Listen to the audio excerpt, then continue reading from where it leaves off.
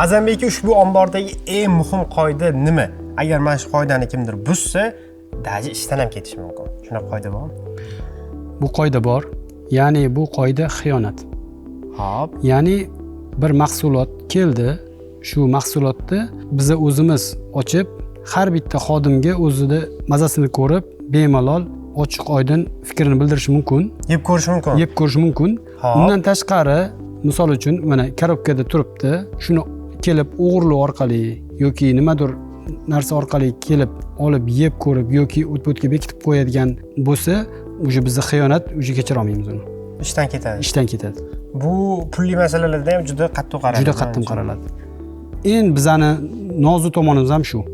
Ya'ni bizni ishonib mahsulotni bir do'konga yoki bir klientga yetkazib borganimizda, uni ichida, ya'ni mana shu tovaringdan mana shuncha kam chiqdi desa, u bizga minus. Norozichilik chiqadi. Ular tomonidan kattadir yo'q qolganmi? Bu yerda hozir o'shanda haydovchilar ham kirar ekanda ichiga. Hamma protsessda qatnashayotganlar, hammasi. Kimda qayerda nima tushib qolishi yoki bo'lib qolishi qiyin, aniqlash ham qiyin buni. Shunaqa. Shuning uchun bizda hozirgi paytda hamma joylarimiz kameralar bilan jihozlangan, hammasi bilan qaraladi. Zo'r.